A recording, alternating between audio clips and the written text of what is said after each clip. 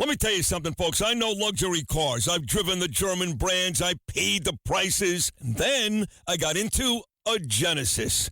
And I said, wait a second. This is luxury. The look, the performance, the comfort, whether it's a sleek G70, I love that car, or the GV80 with that third row, these are high-end vehicles with payments that actually make sense. Go see Michael. Tell him Sid sent you. Genesis of Brooklyn. Find him at genesisofbrooklyn.com.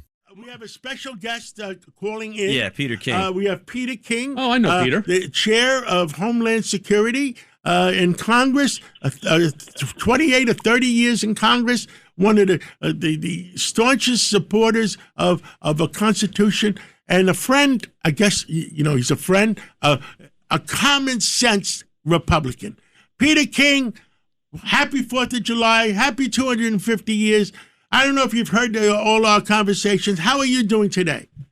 First, happy 4th to everybody there and to all Americans and to everyone at WABC. And I've been listening in for the most part. It was good to hear Michael Cohen's voice again. It's been a while. So, Michael, good to see you. Hello, my friend Peter. How are you?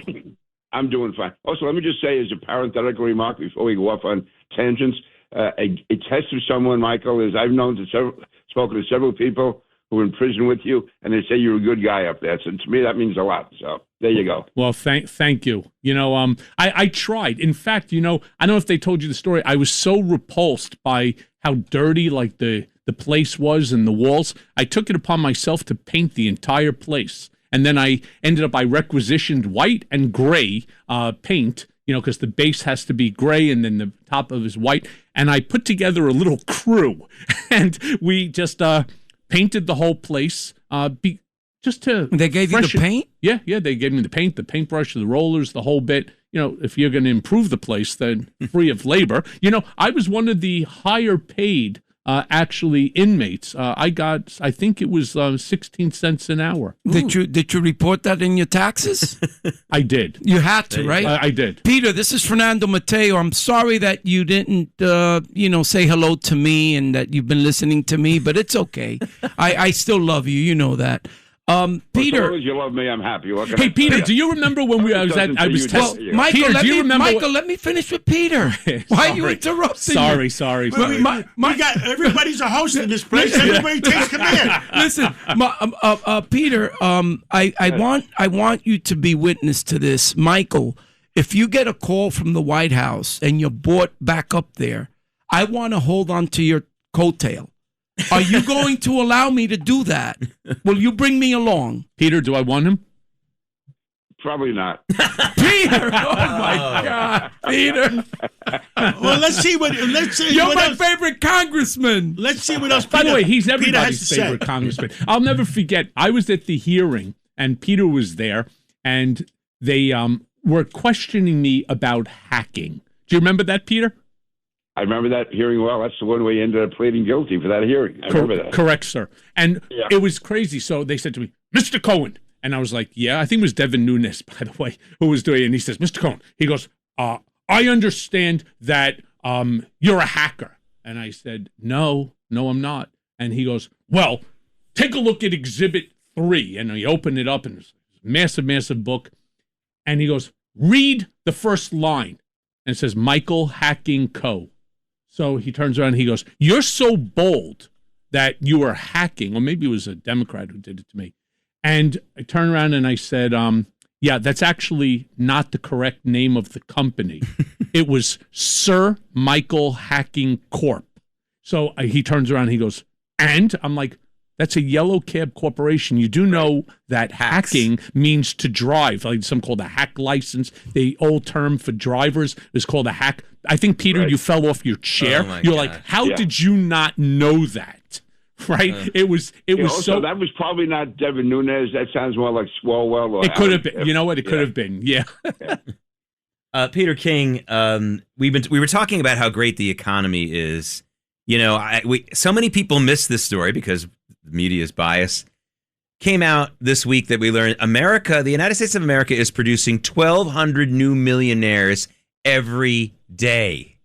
in this country. -1. So it's 11.99. Oh no, now we got That's that's not a great. union. There's debits and credits. Yeah, right. That's true. But 1,200 new millionaires every day. I mean, listen, there are always some people who are left out and sometimes unfairly left out. No one is saying everything is perfect, but boy, we're missing a story. Now, as a politician, you're not running for office anymore.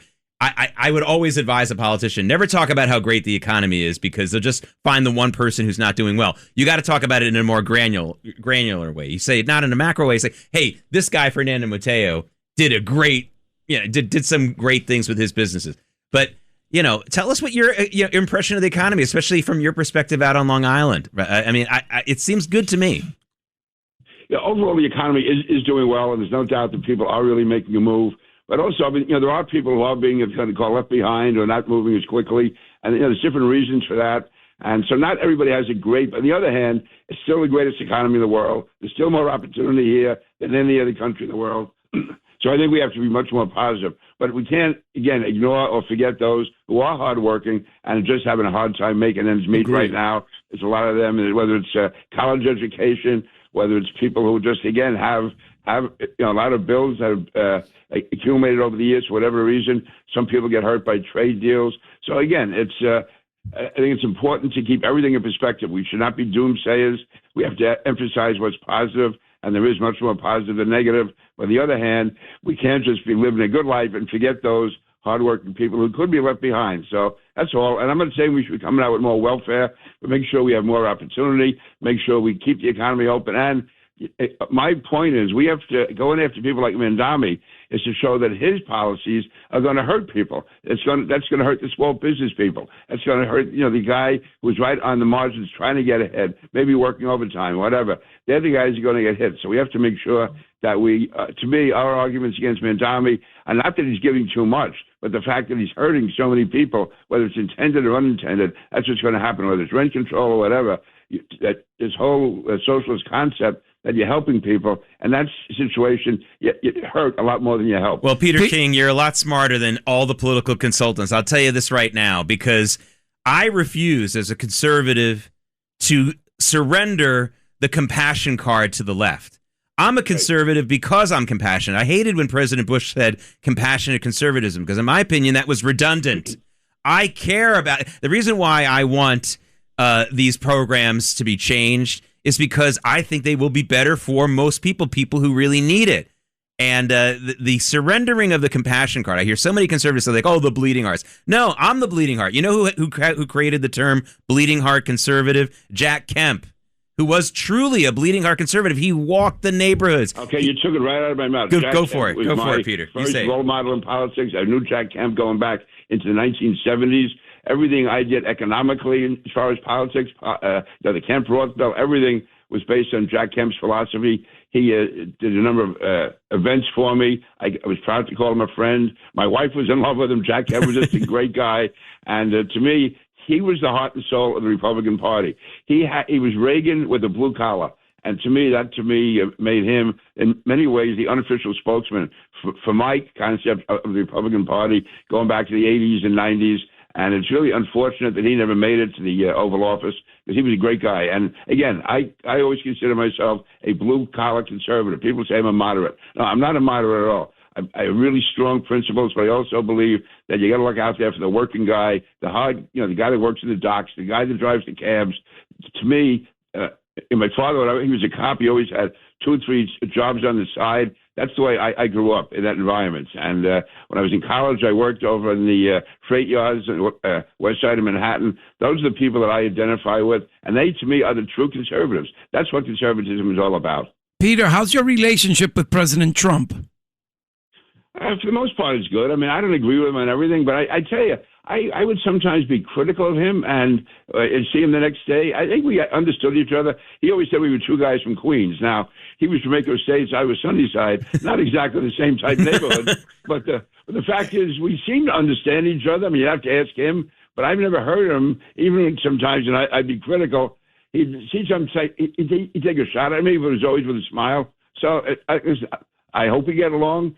But when I think he's right, I always – and listen, nobody supported him more during the whole Russia hoax collusion investigation than I did. I went down the line for him on that. Obviously, I voted against impeachment with Ukraine, and I stand with Donald Trump on all key issues. I have some differences with him on some foreign policy issues, but he was important for the country for him to be elected president. And Peter, what is your relationship with Bill Clinton? I get along fine with Bill Clinton. I mean, I've always did. I saw him, I guess it was about a year ago. Both of us were the speakers at a wake ceremony or memorial ceremony for former Congresswoman Carolyn McCarthy. We had a great meeting that night. We both spoke. We corresponded. No, to me, Bill Clinton. Listen, I was one of the only Republican who voted against every article of impeachment that was up against Bill Clinton. I stood with him. He was no saint, but none of us is. And I just thought that what he did. Again, I supported his opponents. I supported Bob Dole. I supported George Bush when they ran against him. Having said that, I was proud to work with Bill Clinton. I was proud to stand with him. And to me, he, again, that's the type of guy you want. He was in some ways more liberal than I would be on issues, but he was always totally pro-American. And also his word was his bond. I found him an excellent president. I think the more history goes along, the higher his rating is going to go. So I'm proud to call Bill Clinton a friend. And I don't think either of us has ever said a bad word about the other. Now, something happened to the Democratic Party. Something happened in America. And lately, we're all analyzing it. And it seems like after President Obama took office in 2008, and moving on, there started to be a major change in America. I don't know. You are Homeland Security. Tell us what you know. Yeah, first of all, to me, the Democratic Party should be Joe Lieberman, Ed Koch. They to me, symbolize what the Democratic Party should be. And to me, any American can rally behind that type of Democrat, just like Jack Kemp is a type of Republican.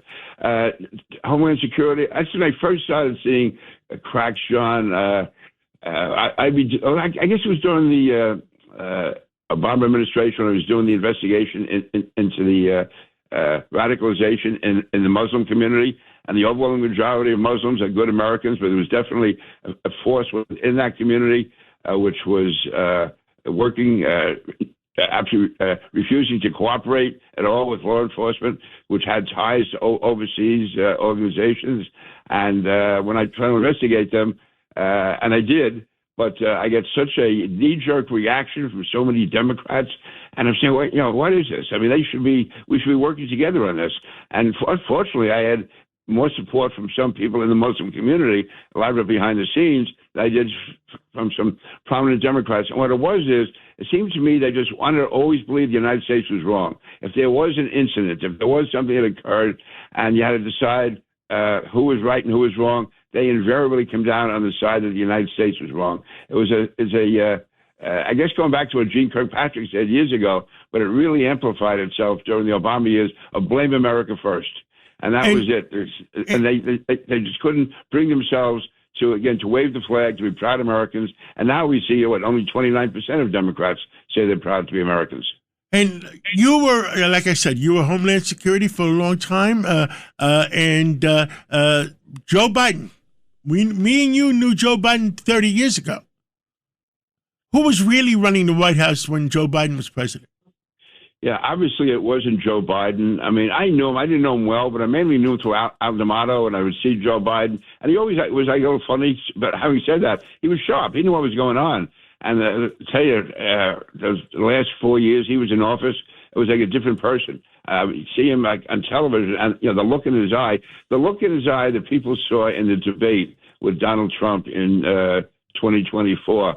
That was more and more becoming his look of previous years, that absent-minded. I would say, to some extent, maybe his wife, to maybe, again, a liberal element within was it the White Obama's House. Third term? Or what they're saying? There's no doubt that the Obama administration had tentacles in, and it was definitely, I would say, it was as much Obama people in the Biden administration as Biden people. It was Obama, many cases, his people, definitely calling the shots, certainly slanting the policy. And was that a period of time where we invaded by migrants versus immigrants that we had checks and balances on? Yeah. First of all, this big migrant push began under the Obama years. That's when it really began. And then when Biden was in, whether it was Obama's people calling the shots or whatever, the fact that you can let in, basically advertise the fact you have an open border and have 10, 12 million people coming in at a time. And there's so many different threats that come from that. One, you had the drug dealers coming across from the South. Then you had from South America, from Latin America. And then you also had the criminal element coming across. And not just the drug dealers, but, the rapists and, child molesters, sex traffickers coming across, but also there was the fact they were coming from overseas, from the Islamists were coming in. I mean, think of all the precautions we put in after 9/11 to keep terrorists out of the country, and now we were basically welcoming them in. So this was such a national security threat from so many different levels, from the terror threat, the narcotics threat, the sex trafficking threat, and just the overall breakdown of our society. So that to me, and yet if you even brought that up, you were considered a racist or a bigot. Well, I get that all the time, Peter, and I'm so thankful that we have somebody on that actually has the ability to play balls and strikes. This strikes on either side, it just doesn't work. You really do call it the way that you see it. It's amazing because whether you're Republican, Democrat, or Independent, I believe everybody should agree with one fundamental principle, that a country without borders, and this is Donald Trump's words, a country without borders, quite frankly, isn't a country. We need to protect our borders. We need to have a system where people who we want in our country should be permitted in, as John was talking about, as far as labor is going to be needed for the construction in the upcoming manufacturing with the trillions of dollars that are supposedly coming in. I 100% agree with you.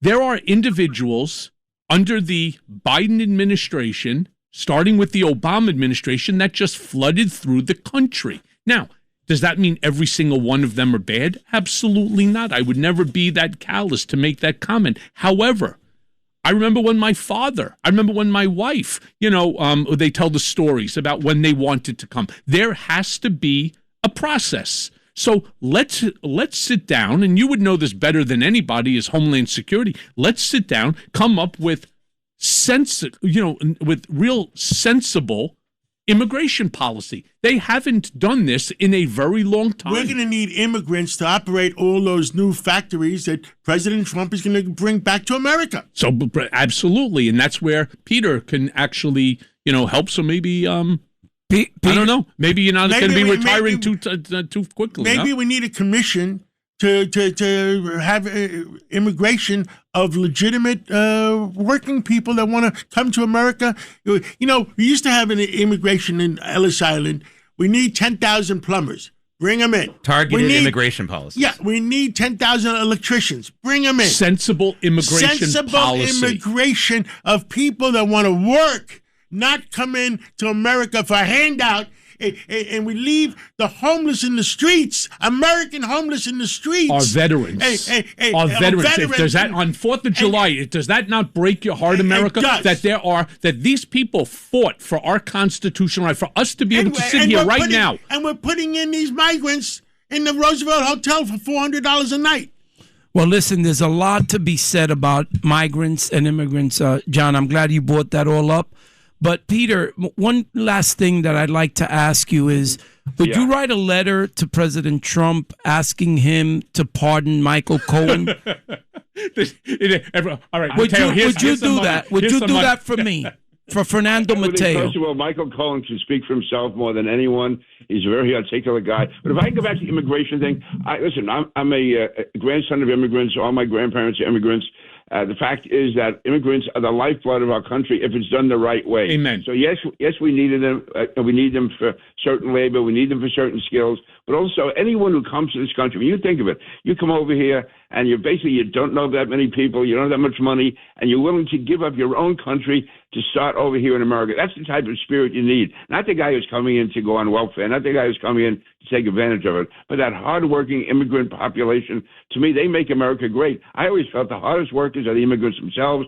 their sons and daughters are almost as good, and then each generation after that gets more lazy. But to me, they are the lifeblood of society. I mean, I remember seeing communities in New York where the Koreans would move in and revitalize the community totally. But it has to be done legally. It has to be done that way. It's basically we have absolute no surrender. If a person is over here as an immigrant and they commit a crime, they get deported. There's no second chance if you're an immigrant coming in here. But other than that, they can add so much if it's done the right way. And unfortunately, that all collapsed during the Biden years. Peter King, Homeland Security is also now, of course, in recent years, the Secret Service has come under the auspices of Homeland Security. So we have to protect our borders. We also need to protect our president. We need to protect our candidates. I don't know if you've seen any of this Inspector General report that's come out in the last couple of days about the Butler assassination attempt and how, for example, there were no use of any kind of obstruction between the line of fire on that rooftop, between that rooftop and the president. And we now that the counter drone Secret Service agent was frantically Googling in Google Maps the location of that rooftop when the shooting was occurring. We've got to get to the bottom of this. And I submit to you, Peter King, and I don't know what your position was when Secret Service moved from the auspices of Treasury to Homeland Security, but I have to say, when that happened, I was extremely, extremely worried because I felt that the Secret Service would become more politicized by that. So I'd love to have your thoughts on those things. Yeah, I think we have to look at that. And again, it made sense at the time, though, because we wanted to coordinate all of our federal law enforcement, all of our federal intelligence, get it as united as possible. Because before 9/11, you had all of them were in separate silos, and one wasn't communicating with the other. Now, whether or not the Secret Service should be kept separate, again, from the others, that could well be. But I think that a lot of what went wrong with the Secret Service was the administration during the Biden years and to some extent during the Obama years. To me, any police department, any law enforcement can fall to the side if it's not properly managed. And I think they got, whether it was lazy or whatever, like what happened in Butler, I remember that at the time. It seems these various mistakes were made. Like I know, for instance, when the president or any top official comes to New York, with the coordination between the Secret Service, the National Police, obviously the NYPD, Suffolk County Police, all of them come together and they start planning days and weeks in advance. And just that whole idea of having that access from the rooftop. We had just earlier that year had the cricket, international cricket tournament was here in Nassau County. Mm-hmm. And I remember Pat Ryder, we had every building within the games being played in Eisenhower Park, any building of any level at all. There were cops there. There were people monitoring it. And that was the fact that you would have the President of the United States in and you would have a rooftop within just a couple hundred feet of the president and nobody securing that, it, to me, is absolutely unbelievable. Now, I don't believe there's any conspiracy. I'm not into that. You're not going to have a conspiracy with some guy who is a mental case. But the fact is that it was, to me, somebody dropped the ball. We have to find out who and why and whether or not it was a one-off or whether or not there was just I mean, I understand at that time, for instance, there were more Secret Service agents securing Jill Biden than there were Donald Trump. I mean, it was not getting the level of security he needed. Yeah. Yeah. I will tell you, I've been told by a lot of people, you know, and don't forget, George Venizelos, our chief of staff, he runs the Federal Law Enforcement Foundation. I'm chairman of the Federal Law Enforcement Foundation. I've been told by many people that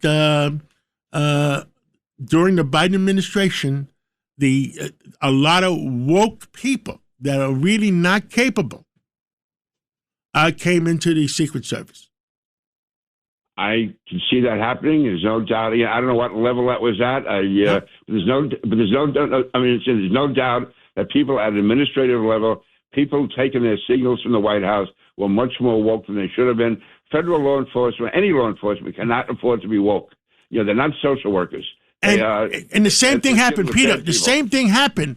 And me and General Blaine Holt talk about it because we both know aviation. I've been in the aviation business for 50 years.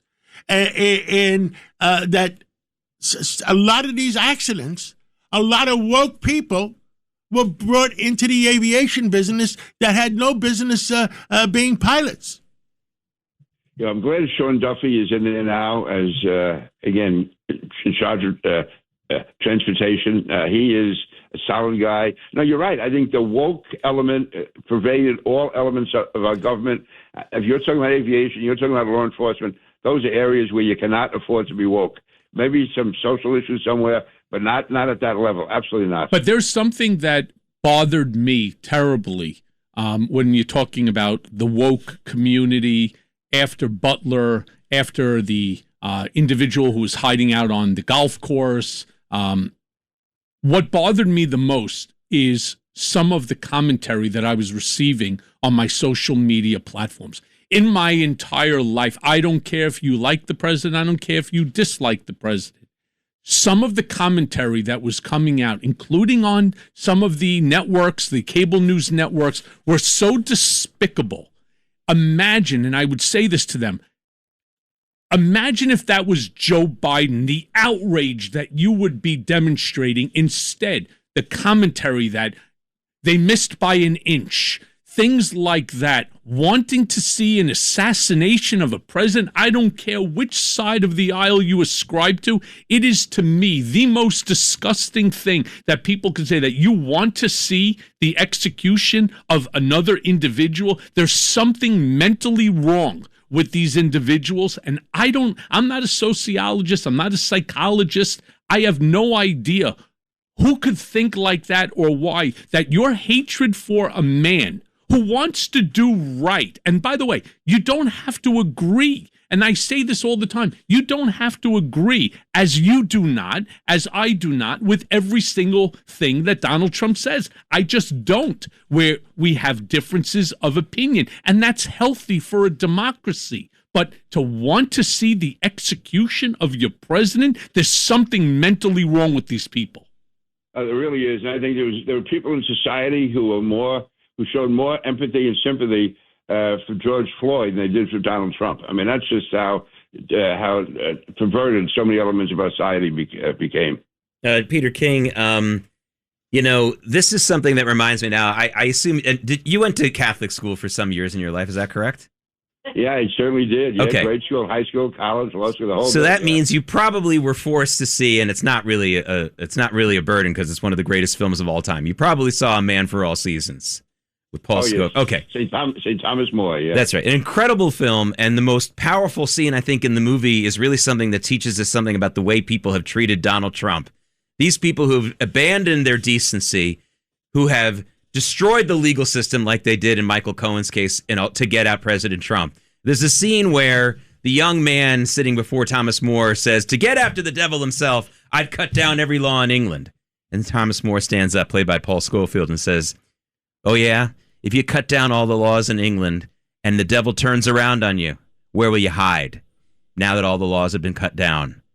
And that's the point. These people destroyed the law, destroyed the rules of protecting the president, destroyed the rules of decency, and the comments that Michael Cohen saw at the time of the assassination attempts.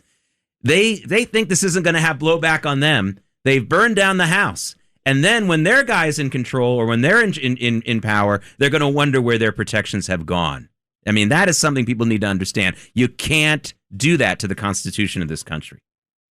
No, you really can't. And that's why, to me, it was always ironic that the people who were saying that the police should be taken out or they should be cut back in minority areas, and that's where the crime was being rampant. That's where good, innocent people were being attacked and assaulted. And somehow by taking the police out of those neighborhoods, you're going to make their life better. No, it made it much, much worse. And that's why, people talk about the cops like in New York. When Ray Kelly left office, in the African-American community, he had popularity ratings over 70%. And yet somehow that was considered to be the dark ages of police brutality in New York. Well, that's when crime was so much under control. That's when people in all communities, could walk the streets. So, no, this whole idea that you can somehow cut back on the laws, cut back on law enforcement, it ends up no one there to protect you in the end. The problem that they have also is that Republicans and Democrats just refuse or are incapable of working with one another. They're just incapable. The Democrats do not want to work. Do you remember this, Peter? And again, it's why when the show that I'm going to be starting on Sunday, on the 12th. I was going to announce it. Well, I appreciate it, but the reason I bring it up is because there are things that have happened in the past that obviously are unique to myself. Do you remember, Peter, during the hearing, what took so long to get started is the fact that I think Adam Schiff was the chair at the time, and he was a top Democrat. And he refused to give to the Republicans the documents, the evidence that we were going to be going through at the time of the hearing. So I had a book, all the Democrats had a book, but no Republicans had a book. And I remember everybody sitting there and being like, whoa. Well, where's ours? Don't you think we have a right to be able to see? Well, we'll give it to you as we call. And he goes, no, I want to see. And I think at the time, maybe it was Devin Nunes who was representing the Republican side. And he's like, no, I need to see the book. We all should have a copy of the book. In fact, I gave him my book. I said, here, take this and so on. This is the problem. And I bring it up because it's petty. And that's why Trump has a problem with Shifty Schiff. He's petty. No, I'm serious here. He's there. It's petty. And the nonsense that's going on right now is so petty that what it does is it distracts us from the bigger picture, whether it's affordability, whether it's healthcare, whether it's, immigration or, manufacturing. It takes away from when you start talking about the stupidity of the reflecting pool, when you start talking about all of the other nonsense. Trump wants to build an Arc de Trump. So what? Who cares? I'm more worried about the cost of gas. I'm more worried about affordability and the fact that our veterans are sleeping on the street, that the suicide, remember we talked about that too, the suicide rate is insane as it relates to these people who put their lives on the line for our freedom. No, I got a problem with that. No, I agree. There's also people on our side who don't want to take a good compromise when it comes along. But no, listen, I think, to me, Donald Trump's greatest skill should be as a negotiator.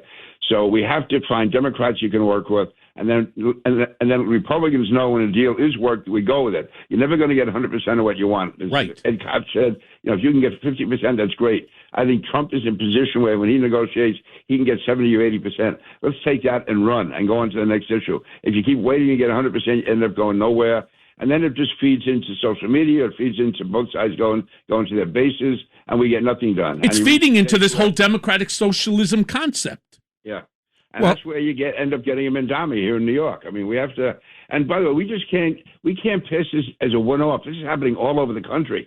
So we have to come up with intelligent arguments. We have to fight them at the street level. We have to get people on the ground working. But we also have to have coherent arguments and stand together, know what we're talking about, not just be going off in different directions. Peter, Fernando Mateo here again. I have to cut into this because you guys are forgetting that I'm in the studio here, and this is a week. Fernando?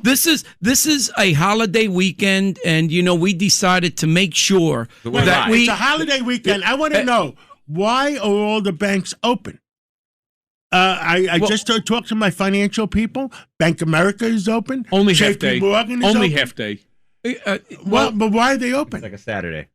Well, because it's not the 4th of July; it's the 3rd. It's the 3rd. Yeah, but people are calling it a national holiday. But if the bank's open, who are they reporting to? John, it's still okay. Good point. Guys, can I just get my point across here? Okay. I'm sorry. What's your name again? Fernando Mateo. No excuses. I'm coming on. Mayor against me in 2013. I'm coming on air right after you. Sunday nights? On Sunday nights between 6 and 7. And after that is Jake Novak, my partner in crime. But listen, for the first time in a half a century, the Goodyear blimp is back home in New York City. The last time that happened was in 1976 when America turned 200, and now 50 years later, we got them back. You sure it's not a UFO? No, listen, Michael, I know that you mentioned that you can't travel to certain countries because you're a felon. Not on my American passport. Oh, but you can travel with your Canadian passport. With my Canadian passport. Okay, so you found the loophole. Well, that's how you got to do it. That's what I do. Okay, so why should you do it? Listen, I want to ask you something, Michael. There are certain jobs that you can't apply for. There are certain companies that you can't own because of the felony conviction. Correct. But here you're welcomed at WABC. With felony conviction or not, you're welcomed here, right? That's correct. Okay. So my question to you is, with a Donald Trump pardon, would that felony charge go away? It goes away completely. It goes away. And I'm able to restart my life, which is why myself and Jesse Jackson, now Jesse Jackson Jr.'s son, has taken over, and we created that Trump Emancipation Proclamation. It would give like 70 million Americans. I think this would be the greatest move within which to increase his favorabilities, because nobody's thinking about those individuals. Do you realize you can't even get a job, for example, at Costco with a felony conviction? You can't become a member, for example, of a social club with a felony conviction. You can't restart your business. By the way, you can't own a New York City taxi medallion as a felon. I couldn't own. I had to sell all those corporations. You can't get a gun permit in New York City. You can't get anything. It ruins your Second Amendment constitutional right. For what? Because I talked about, or I said 3 versus 10 as far as the number of times I spoke to Donald Trump, or campaign finance violation. Even assuming, all right, and I acknowledge that there was a tax issue. I acknowledge it. Most Americans have tax issues if they want to go after you. But I was never given an opportunity within which to correct it. It was first-time offender in my entire life. First time I had paid enormous amounts of money in over $20 million in taxes on a $1.3 million over 5 years. What are you talking about? They never sent me a letter and said, hey, there's a problem. I wasn't treated the same as everyone. And now that should interfere with my Second Amendment rights. I couldn't get a job at Costco. Think about that. Well, listen, we're starting here a campaign at WABC Radio. Hopefully we will get your pardon. Once you get your pardon done, we're going to go into business together, and we're going to make a lot of money. Could you imagine if I'm one of the 250 that Trump pardons?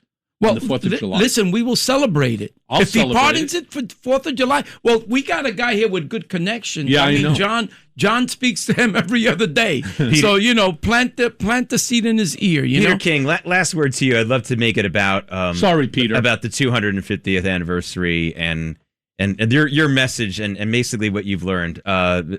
Let's finish on that good note with Peter King. Peter.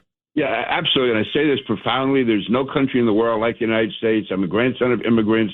As a member of Congress, I've traveled all over the world. And when you go to other countries and you see what they'd be willing to do anything to be able to speak out the way we do, to be able to vote the way we do, to be able to express themselves, to be able to know that they can move up. It doesn't matter what class you're born into, you can advance. I mean, you get a place like England, yeah, they're close to us. But if you're not in the right social class, you're going to be grounded your whole life. You're at a certain level. In the United States, you can go from anywhere. Take John Catsimatidis, an immigrant coming over here with Greek family, and now he owns half of New York City. And I'm saying that seriously. I mean, there's so many cases like that. It's only in America. John, as smart as he is, couldn't have done that in any other country in the world. I never would have made it to Congress. The fact is that when you think of where you come from, where your grandparents were, your parents were, and what you can achieve here in the United States, there's nothing like it. It's a beacon of liberty. It's a symbol for the world, and we always have to, whatever differences we have, keep that in mind. God bless America. Thank you so much, Peter Peter, King. so great to hear your voice, my friend. I hope to see you soon. All right, we're going to take a break, but stick with us this next hour. We still have Michael Cohen with us. We have Fernando Mateo, of course, John Catsimatidis. I'm Jake Novak. We have Joe Concha coming up in the next hour, Congresswoman Claudia Tenney.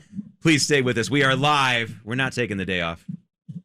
And we're running out of time. The Marine Toys for Tots foster care program is bringing hope to children who need it most. Every 2 minutes, a child enters foster care, often with only a small bag of belongings. More than 400,000 children face trauma and uncertainty, many before age 8. This May, during Foster Care Awareness Month, Toys for Tots is creating Room for Joy. In 2025, nearly 375,000 children received comfort through toys, books, and essentials, reminding them they are not alone. Donate now and change a child's life.